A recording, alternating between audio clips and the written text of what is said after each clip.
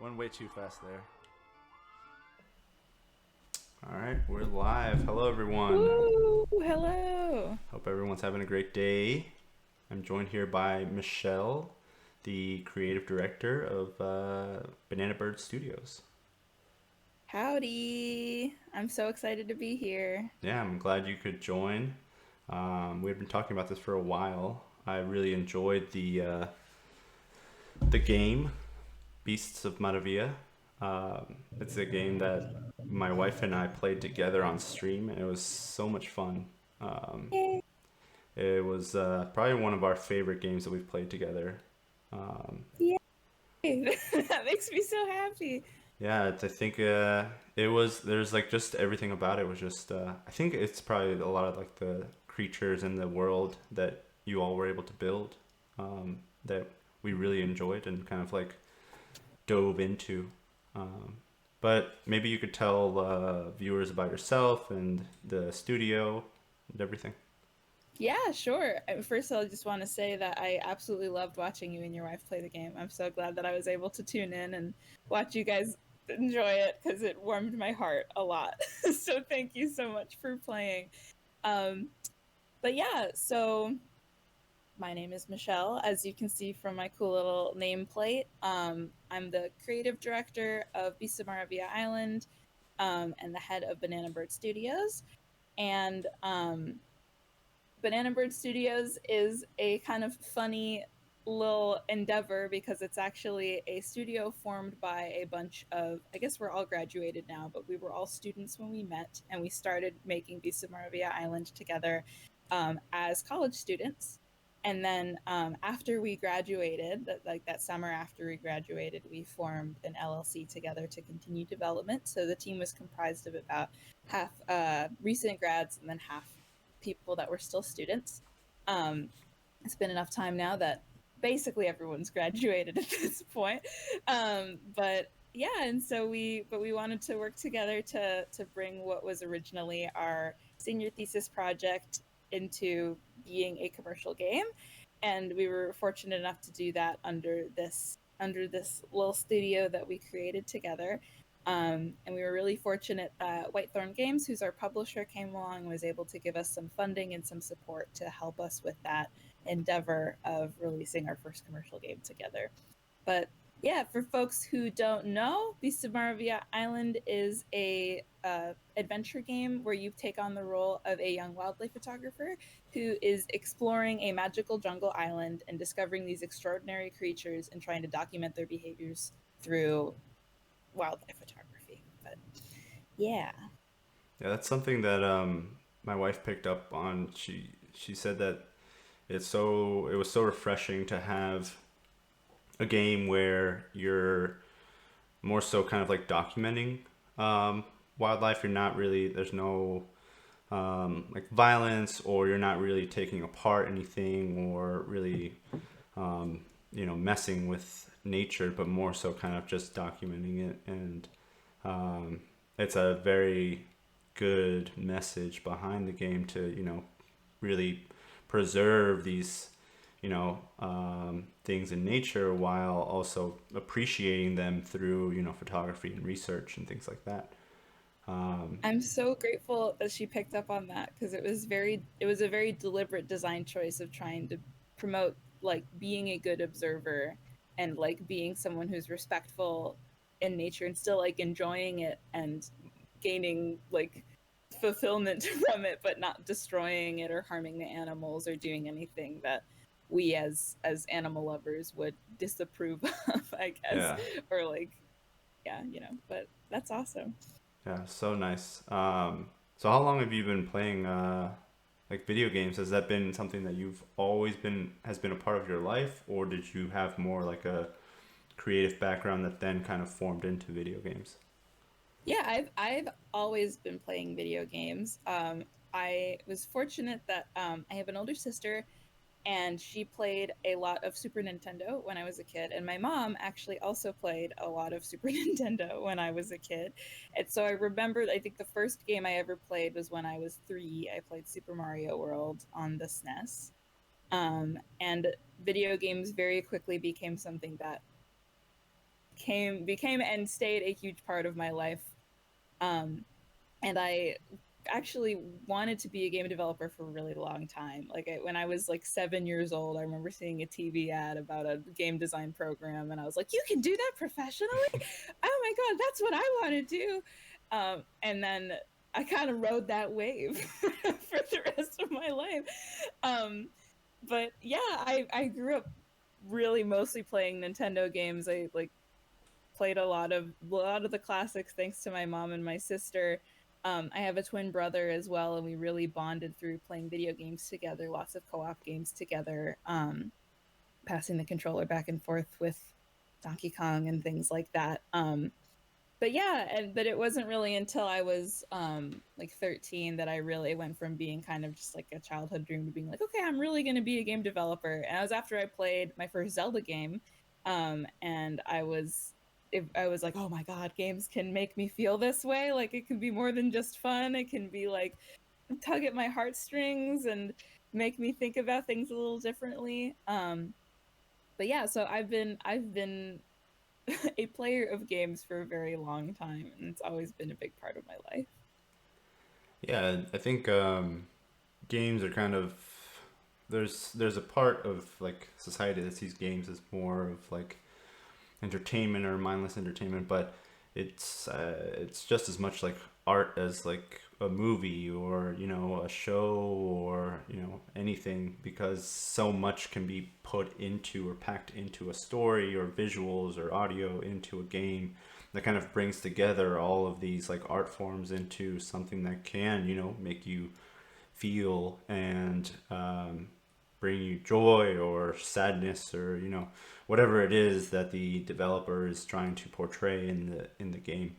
So yeah, it's Yeah. really cool that you were able to achieve that throughout your life. Your goal of going from playing your first video game to saying I'm going to do this and then actually doing it. And that's also really incredible that you this was part of like a thesis that turned into something that people, it's out there in the world. Like usually someone's thesis lives in on paper and Hmm.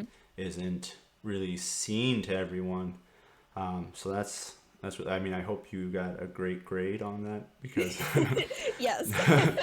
because now looking at it, they can see that yes, it was a great thesis. Thank Um, you. so what has been like your favorite part of like launching an indie game? Throughout the entire process that goes along with it. Yeah, I think. Hmm.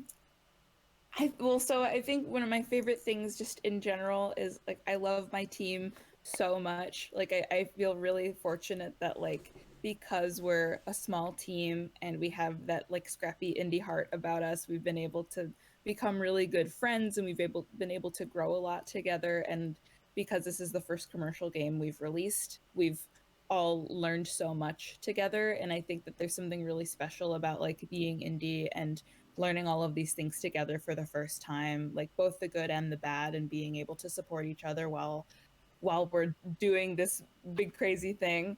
Um, and so just all of the moments with my team and the growth and the friendships have been something that's just been like I cherish so much and continue to cherish. Um, and then something else that I've also really loved about when like with launching the game is when people like just seeing like positivity when people like get it, like when they play the game they understand like what we were trying to do or what we were trying to say, and they appreciate that. Like something that happened that was really awesome is we had someone who worked at National Geographic comment on how much she appreciated how much our game promoted being a good observer, like what I mentioned to you earlier. And that felt like the ultimate praise, because like, okay, this woman actually like works for National Geographic and like works in nature and like understands what we're trying to communicate and like resonates with it. Um, but so like when people like they understand what we're trying to do with like promoting nonviolence and respect towards animals, like they feel an emotional reaction towards the creatures or the story that we have. Um, like anytime someone like really vibes with the game, it makes me really happy. Like it just is like, okay, cool, the trouble was worth it. Like people actually understand. So even though it's really scary and hard to put something out there, um just having people actually like understand what you were trying to get at, and then seeing people become like fans of your work is really special and very unique. But yeah, I think those are my favorite things about launching a game. Yeah, I think that can I think those are things that I've also kind of felt in trying to um, grow this like gaming publication as well. Like I've Hmm. met a lot of content creators and kind of learning about the whole process and going through things with people and seeing that there's a lot of people that are doing or trying to do the same thing. We're all in the same type of like situation of trying to grow or learn new things. And it kind of motivates me to try and grow Digital Gaming Hub so that I can make it a platform for um, content creators and indie developers that have very welcoming communities and really great values. And so, yeah, I can definitely see how that would be one of the more gratifying things in launching an indie game. Um, if you had like a piece of advice for, say, a little girl who's playing Breath of the Wild and wants to then become an indie, developer or launch an indie game in the future, what advice would you give? Yeah. Oh my God, that image in my heart. I just like that was me, except it was Wind Waker. But um, but yeah, for advice, I'd say like I think really just I guess like I didn't have any like programming knowledge, for example, when I was like applying to get into to game school. Like I thought that that was going to be my downfall. Like I had never done any sort of like traditional game development in my life before, but I had like drawn a bunch of pictures and I had a bunch of ideas, and like I knew I wanted to be a game developer for a long time. um and I really tried to hold on to that, like to that drive and that passion and that like that desire to create stuff. And I and it's a tough biz out there, but I tried not to. I did whatever I could to try not to let any of it deter me from trying to tell the stories that I wanted to tell and trying to make the stuff that I wanted to make. And so even just like the example of like I was nervous that because I didn't have a programming background when I started game development that like I would be quickly pushed out. I didn't let that get to me, and then I took a bunch of programming classes, and then I got a programming minor, and now I'm chilling. Like I like all this to say like I think it can be really scary to enter this industry, especially since like there's a lot of there can be a lot of like gatekeeping, especially around women being in the games industry. And it's really important to just like find those who can support you and empower you and try to like hold on to that ambition and hold on to that drive and hold on to that love of why you want to be making video games in the first place, and let that let that help you continue on. And I think just like for anyone who's like an aspiring indie dev, it's just like just do it. I know that's silly, but it's like the making of video games is so democratized now, which is wonderful. Anyone can learn how to use Unreal or Unity. You don't It's great to have a support system too, and there's tons of groups on like Discord and Facebook and like places where you can chat with other people who are trying to learn these things. But the best way of just like trying to break into game development is just like make something. It can be small. It doesn't even need to have any coding involved. You can make something that's like with a drag and drop engine. But like once you start, um, it it just it you catch the bug and it just keeps going. And then like you grow really quick and you learn really quick and you make friends and you get to be part of the community. And it's like I was really grateful that the school program that I was in had us making games like from the day we got there. And I think that that was really really huge. for everybody's growth in that program and my personal growth as a game developer is just like cool, like so glad you have this ambition and this drive and these ideas. Let's manifest them into something so that they don't have to bop around in your head anymore and you can actually turn them into the art that you want to put out into the world. um yeah, I hope that made any lick of sense, but No, yeah, it definitely did. yeah. I think a lot of things also apply. Resilience, just Mm-hmm. staying strong in the face of adversity. Um, Yeah.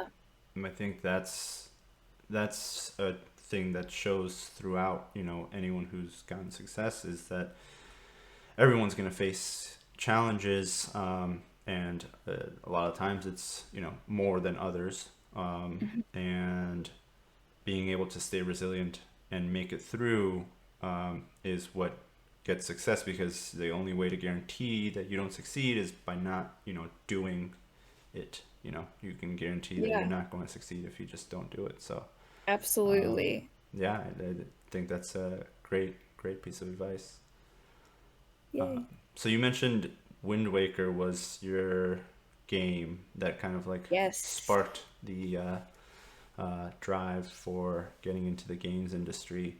Um, I have a question here. That's, if you were stranded on like an island, what three games would you bring with you to that island? Mm.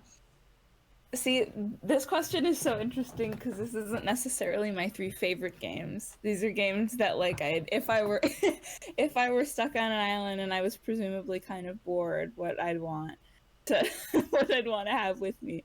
But I think this is a really fun question.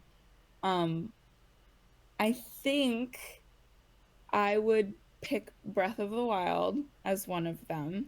I think just there that I love that game to the moon and back, and it's there's tons of stuff to explore and there's ton of funny stuff you can do in there to do like have fun with the systems and things like that. But I think Breath of the Wild for sure would be one of my picks. Um, I think I would also choose Paper Mario and the Thousand Year Door because that was I played that at around the same time I played Wind Waker, and those were like the kind of two pillars of my of, of my game dev identity. Um, but I that's a game that I've played a million times and it never gets old. Like love it always gives me a good laugh. And just like love that. I don't know. I love Thousand Year Door a lot, and I think that I wouldn't get bored of that one. I've definitely proven that with the amount of times I've played it. Um, and then I think I would my last one, because similarly these are games that I have played a million times and they never get old, and I'm like a sucker for building an awesome team, is I would probably bring Pokemon Soul Silver with me. Because I love Pokemon. I used to play competitive Pokemon. I didn't get very far, but, but I was like really into the scene. And I've played Pokemon games countless times, but I think that that would be a great companion to have on a deserted island because Lord knows, even not on a deserted island, you can spend hours and hours trying to hatch the best Pokemon or a shiny or something. I feel like that would keep me busy on a deserted island for a bit. Yeah, I didn't even think about Pokemon, and that's like one of my like main games growing up. That's like the whole reason I even had like Game Boys, or like the Game Boy Wow. Advance was for Pokemon. It was basically a Pokemon machine for me. Um, Love that. yeah, so it was just any time we were in a car, I would have Pokemon with me.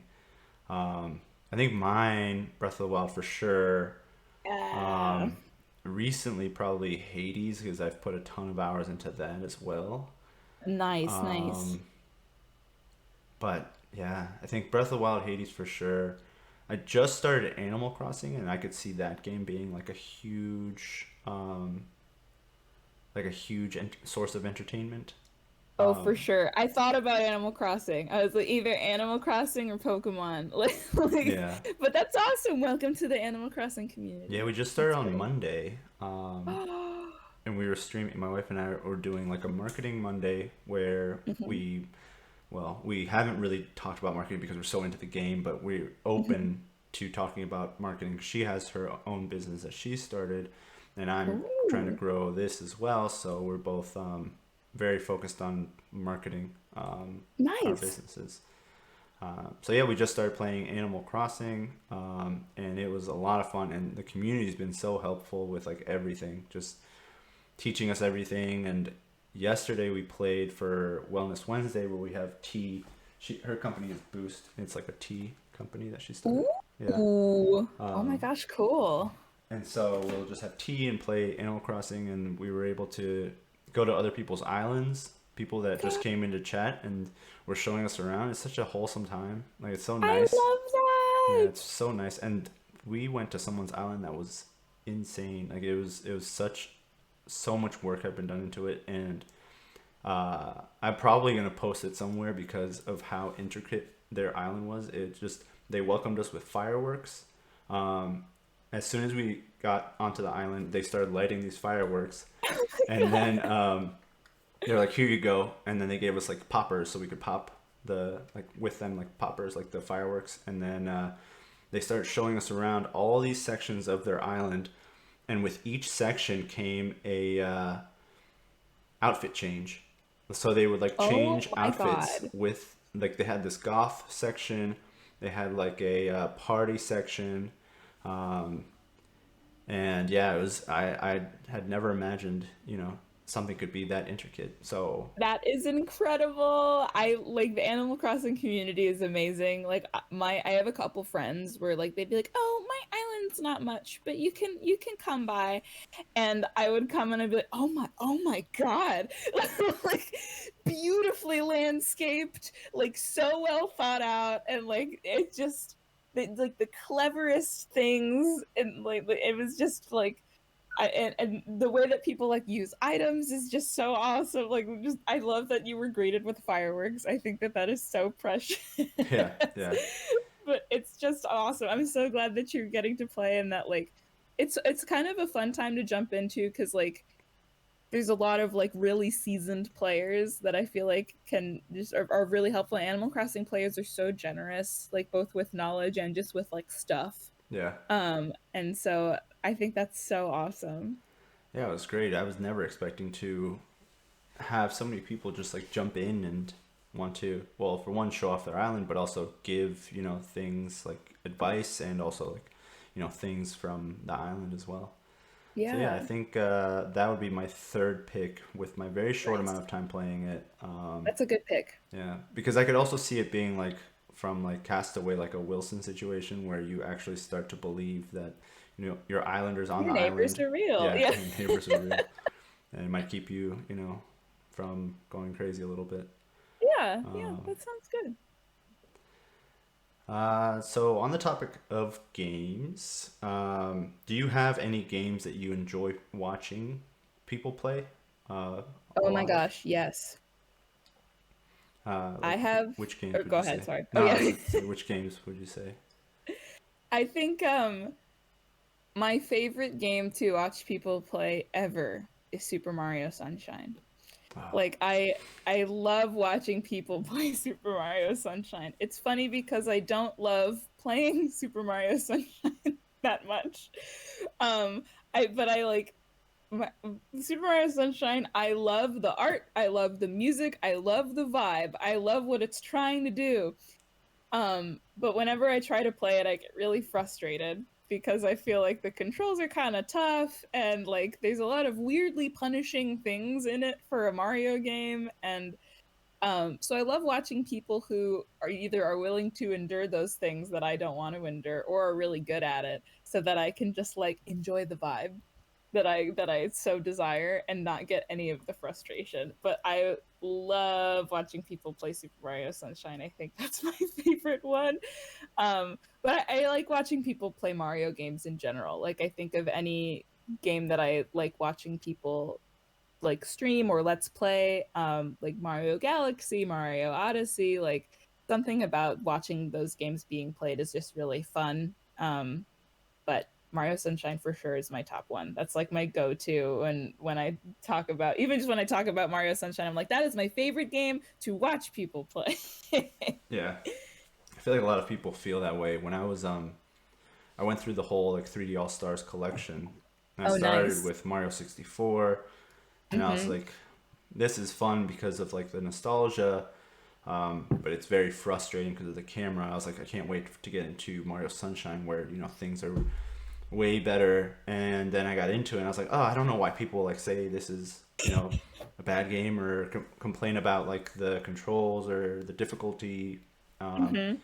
and then it took maybe like an hour of me playing it, and I was like, all right, I understand. And then I had to beat the game because I had committed to beating all three. And Yes. it was just, I mean, people really enjoyed watching me Oh, yeah. struggle. Oh, yeah. Um, but playing it itself, like, I was like, there's no way I can 100% this game. There's Oh my absolutely God, no yeah. way. Like, I would much rather do something else. But to watch people play, yeah, I would say probably Mario games as well because they're It's, always so fun. I would also say maybe um, like games that I'm currently playing. So like Hollow Knight, I've recently been mm, playing a lot of, mm-hmm. and so I enjoy Great game. watching other people play and see how they approach things or see if they need some help in it or anything. Pepsi Man Nice. in chat said it was very entertaining to watch indeed. Yeah. Wonderful.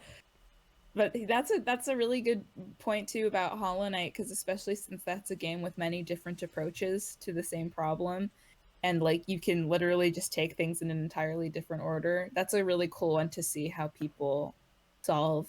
And I love the community on that one too, because there's a lot of it's really cool to talk with friends and be like, which way did you go, or like how did you beat this boss, or like I got really stuck at one point on Trader Lord, and like I just had to ask a million different people like, how did you do this? How do I beat this boss? Yeah, it's I think because you can approach it so many different ways, being like a Metroidvania. Mm-hmm. It's like I saw someone playing Hollow Knight, and I was like, "Oh, you're way ahead of me." And then they watched me, and they're like, "Oh no, you're way ahead of me." And I was like, "What?" What? Yeah, I know, seriously, that's such a good point. And I was like, "But I haven't been here." And they're like, "No, you haven't been, or I haven't been there." And I was like, "Oh, okay. Like we're both maybe at the same spot, but in different Mhm. locations." So weird. Yeah. And then Zelda is probably a favorite because I never got into Zelda until Breath of the Mm. Wild. I Oh was always wow. more Mario and Pokemon, Nice, and respect. I just never, I had watched like friends play it. I had a friend who was really into Zelda, and I'd watched them play it, and I was like, oh, this is really fun to watch, but I never bought the game myself, any of them. Hmm. Um, but now that I've played Breath of the Wild, I enjoy going back and seeing people go through the older games. And I'm hoping that there's some kind of announcement today at the Direct in regards to maybe like remakes of the Twilight Princess and Wind Waker because those are the two games that I want to play the most out of the older games. Those are so good. So you haven't played those ones yet? No, I haven't Oh, played you will love them. They're so good. the only ones I, that I've played is Link's Awakening, but that was after Hmm. Breath of the Wild, and A Link to the Past, also after Breath of the Wild. And I like those a Cool. lot. Yeah. Um, so yeah, I'm hoping that there's some kind of like remakes coming out for the I Switch. hope so. Um, I want an All-Stars collection. yeah, yeah. I think. I mean, they're rumors, but people were saying about like Wind Waker and Twilight Princess being like a double pack, um, Oh, which would be that'd be great. amazing. So we'll see. If not, my sister has my Wii U, and she's coming to Hmm. visit, and I asked her if she could bring it, um, and then I could play Twilight Princess on there. Yeah, it's great on the Wii U. I just played that with my partner recently because he had never played it either, and it's great on the Wii U. Like I played it on the GameCube originally, Yeah, and there's a lot of really nice quality of life improvements on the Wii U version, but I would love a Switch version. I know it came out on the Wii U, but I don't care. I want a Switch version.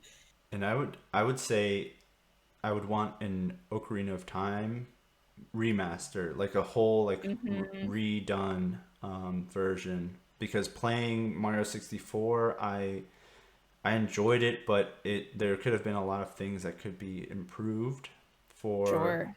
to have a better time playing it, especially with old older people who have jobs playing it. You don't have all the Mhm. time in the world to play a game. If Nintendo could be so nice to maybe improve on some things to make it go faster. Yeah, make Yeah. it a little more Um, usable. and that's why I like the SNES online, because you can rewind if you die and then just go back and Oh try yeah, again. so nice. Yeah, there's no shame in doing Hmm. that. I have a question here. It says, "Are your offline friends also gamers as well?" Oh yeah, absolutely. I have been quite entrenched in being a gamer for a while. I mean, like everyone on my team, we're all gamers, as you could probably deduce, because we're all game developers. And like, I mean, and the nice thing about my teammates is that like we most of us were just like college homies like before we actually started making games together. But yeah, like we played a lot of Among Us when that first came out together, and like we're kind of goofy, and we play a lot of like Tabletop Simulator and Scribble together, even though we we play a lot of single player games and stuff. But yeah, I mean, and then my a lot of my friends from like pre game dev days as well are like big into games. And then thankfully like, both my siblings are big into games, which is nice. Like especially my brother, like every time I log onto my Switch, I see that he's playing NBA 2K21. It's pretty funny. Like without fail, he will be playing that game. Um, but yeah, I am definitely surrounded by other game players, and it's fun because I think especially like as a kid, there was a lot of that sort of like I was friends with gamers since I was little, which is funny, but it's definitely a lot of that like word of mouth help or rumors and things like that. And what's fun about having friends who are gamers now, like as an adult, is being able to sort of reflect fondly on like, haha, remember when we were kids and we thought that like you could get like legendary Pokemon by doing XYZ thing? Like, haha, we were so stupid. But it's fun to have friends that like were around like when they were, I don't know, like playing games when they were kids and stuff. Um but yeah, I think that like a lot of my friends in one form or other play games, even if they're not like if they're if even if they don't play a lot of games, like a lot of my close friends will at least like they enjoy like mobile games, or they have a Switch and they'll play Animal Crossing. And so but and I find chatting with those people really fun too, because even like folks that I know that are not like gamers per se, but they play Animal Crossing, and then I go to their island and I'm like, oh my god, like this is crazy. um but yeah, so I'm fortunate to be surrounded by some pretty cool game players in my life. Yeah, I feel like when I ask that, it's like 50-50 whether they are or maybe they're not, because I had someone who's like, no, not really. Hmm. And Wow. myself, it's kind of like also a bit not really. Like I growing up, Uh-huh. I had a lot of friends who played games, but then I kind of like there was like maybe throughout college and a little bit after where I stopped playing video games for a while. I was Hmm. just Hmm. in college and didn't have money, I guess, to buy like a Switch or anything. Yeah. And so I kind of stopped. And so my like current friends are kind of like split, where like Nice. Yeah. I'll be hanging out with some friends and want to like talk about video games because I'm really into it now, and they're not really um, they're not really engaged. And that's kind of why I was like, I need to find a place to like talk about video games, and Hmm. that I was able to find that through streaming and finding a Yay. community here as well. So yeah, I think it's a pretty split question, where half say, yeah, I am friends with like all my friends are gamers, or some will say No, not really. Wow, that's so interesting. I mean, I guess that makes sense too. It's like I mean, I I'm surrounded by other game devs and like in my profession, so I feel like I'm a little bit the scales are tipped in my favor of Yeah, like a lot of game developers also happen to be gamers. yeah, But that is so interesting, and I'm glad that you found an outlet to be able to like talk about it and share your passion, even if you don't have a lot of people like in the offline world that can share that passion with you. yeah, yeah. It's been great. Um, do you have like a lesson that you've learned from launching an indie game, or something that you didn't know before launching that you learned along the way? Yes. I mean, I learned countless things. Like I definitely I mean the sort of joke in my team is that we were like we thought making the game was the hardest part, but it turns out actually releasing the game is way harder. And so like I've learned a lot of things just about how like release is never as smooth as you think it's gonna be. Um, and just like planning for things to go wrong, like expecting things to go wrong, like expecting to like not pass certification like for a bit, or like expecting for there to be issues with getting on like all the platforms that you want to get on. Um, like definitely like planning a bunch more time for all of the things that will inevitably go wrong, I think is a big thing that I have learned, because it's like no matter how well organized you think you are, how ready you are, like stuff happens. Like an example even is like we submitted a build of our game around the time of E3 to Xbox, and they like they just couldn't get to it. They were like, "Sorry, like we're so swamped with all these other things because it's around E3 that like we can't do this right now." And like that's obviously not something that we expected. Um, but and so like now I know. It's just like Yeah, things happen. Like game devs have a lot of stuff going on, and it's like it's not gonna always work out in the way that like you and your team might want, because like they're managing a lot of other things. The other thing that I learned for sure, and that I will definitely be doing differently next time, like when I make another indie game, is I will hire more QA. I will hire more QA than I than I think I'll need, because you think you find it all, and then you release it to the public, and then you're like, oh my god, oh dear, oh no, like there's more stuff, because you can just never really plan for that kind of like volume of players and all of the things that they're gonna do that you never would have, even in your like thousands of playthroughs with your QA team, never ran into. Um, and then definitely like we didn't have a dedicated community manager, so I was the community manager. And so I spent a lot of my time like doing community management work, and just like support like after the game came out, and like making sure that people ran into issues that we could get them sorted out. Managing like Kickstarter stuff, like, and it's just a lot of sort of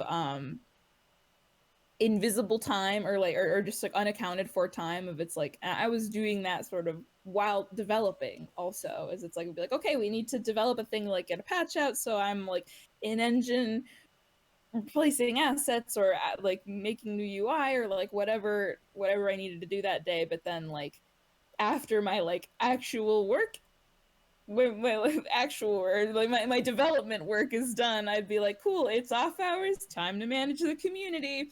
And like that's, so it was very, very busy. But so I was like, okay, I'm going to pay people to do this for me. Community managers are gifts from the sky. Like the community managers are incredible people, and definitely having walked a mile in their shoes, they are amazing. And so I've definitely learned the value of like having a dedicated community manager and not skimming on that. But we were on a shoestring budget and we're students and stuff, so I was like, okay, I guess I'll do it. But but, but yeah, so those are some of the things I learned. Is TLDR is QA and community management are way more important than I ever could have imagined, and I will definitely invest a lot more in them in the future. Yeah, I think those are things that aren't really visible, to Hmm. those on the outside. They don't Hmm. see all of that,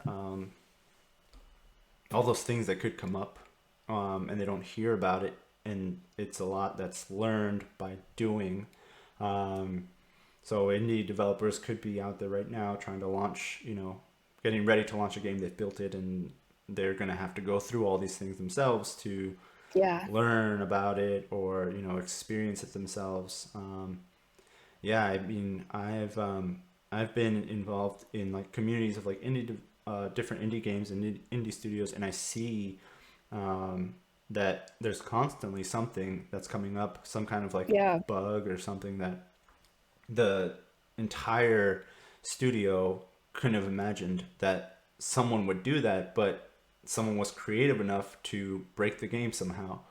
Um, Yeah. and it's just almost like an endless amount of like possibilities of what could happen, and it won't, really come to light until someone does it. And so, Yeah. yeah, I I could definitely see that. It's funny because it's like, I mean, even in the case of like huge budget, huge AAA games, like, there's no such thing as a bug-free game. Yeah. It's like, and what's funny that I learned sort of like as a developer is like there's some bugs that like we know about, and we're just like ship it anyway. It's like sometimes like you just can't, you don't have the time, or you can't figure out for the life of you what's causing it, and like you just are like, we can't let this stop the entire release schedule. Like, just do it. And so, like, I figured that that's got to be the case at AAA studios too, where it's like they know that there's bugs, Yeah.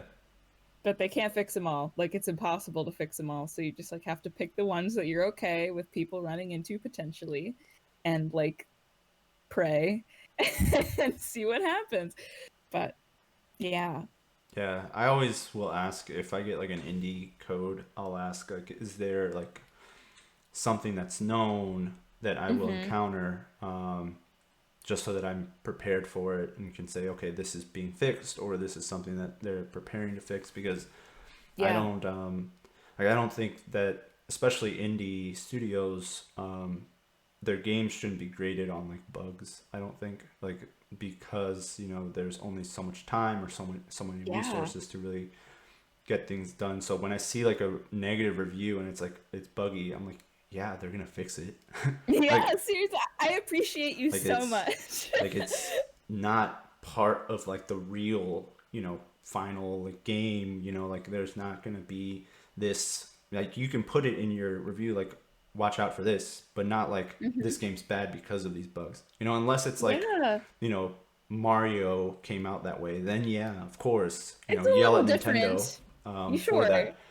They have Um, hundreds of people in many years and thousands and thousands of dollars, and it's like, you have no idea how much like I and every other indie dev in the universe appreciates people like you for like looking past the bugs that might come up, because oftentimes when a bug comes up, we're like, oh no, like we had no idea, like that's terrible, because it's like we're we're small, and like we don't have all the resources to do all of the different like possible outcomes of playing a thing. And then like, I mean, it's really, I'm so grateful for players that run into issues and then report them and then are still like kind and courteous, and they're like, hey, just by the way, like I found this thing, like still love the game though. Like those are the best, because it's like, thank you, you're helping me actively improve the thing that I've made, and you're like not being mean. yeah, And like, and so it's very, very, very grateful for those types of players. yeah. I think it should be approached that way because, if not, if the other thing is like the game is delayed, then you wouldn't be able to experience the game, or like, I think indie studios are responsible for most of the great games out there. I would say, because Mhm. there's so many now, that are making games, and if we were to judge everyone based on bugs, then people are hesitant to put out their work because they're like, oh, we're gonna get criticized for these bugs. But I'd rather play a game that is good but a little buggy. Oh, Um, same. yeah, Absolutely. I mean, I played Mario Sunshine, and that Yeah, yeah, exactly. that was you know, I would say not the best. Uh, It's not the best. I have my feelings about it, but I'm not gonna go like flame Nintendo for it. yeah, I'm not gonna go right to Nintendo. Hey, fix Mario How Sunshine. could you? Yeah, I know, seriously. Um, all right, I think we're getting close here to the end. So I guess my final question would be like, what's next for both Beasts of Maravilla and Banana Bird Studios and yourself? Like, what's coming up next? Yeah, I think the big thing for us right now is trying to get this bad boy on PlayStation. That's been like the sort of like long haul. There's been a number of just kind of like things that have happened that have made it a little bit difficult to get it on PlayStation. But that's our big focus right now. We really want to like meet that like all these major platforms, and so that's been a big focus too. And another thing that we've been doing is we've been gearing up for another patch, where we've actually added a bunch of accessibility features into the game. Like an example is like we have an option to like read the journal just in like a high contrast like sans serif font, so people with lower vision can have an easier time reading like the grandpa's journal. And a couple other things like that. We have some like colorblind friendly options that are coming out. But so we wanted to do an accessibility push as well, and so that hopefully is launching soon. We'll see. But so just like tying up some loose ends, like getting some things that we really wanted to get in but couldn't get in originally, like in regards to just like quality of life stuff or accessibility stuff. Um, and then after that, we'll see. I don't know. We're all still just like resting because Yeah. releasing a game was very hard. And so, but yeah, we'll see what happens next. But definitely like watch out for our PlayStation release whenever that happens, and watch out for our new patch, which should be coming pretty soon. Just for some nice little quality of life things. Yeah. And Beasts is available on everywhere except for PlayStation right now, right? Everywhere except for Yeah. PlayStation. Yep, it's on There are PC, the it's on Mac, links. it's on Switch, it's on Xbox. It's not on PlayStation yet, but it will be soon, hopefully. Will be soon. Well, Yes. thank you so much for joining. I had a lot of fun talking just about everything. Yeah. Yeah. Thank you so much